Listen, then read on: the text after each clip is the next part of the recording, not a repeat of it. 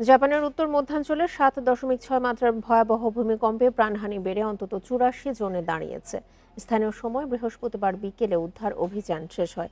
এই তথ্য জানিয়েছে বার্তা সংস্থা রয়টার্স।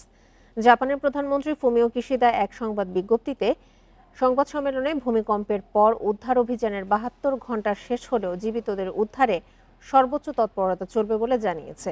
এ পর্যন্ত 159 জনকে উদ্ধার করেছে। এখনও 179 জন নিখোঁজ বলে জানিয়েছে কর্তৃপক্ষ।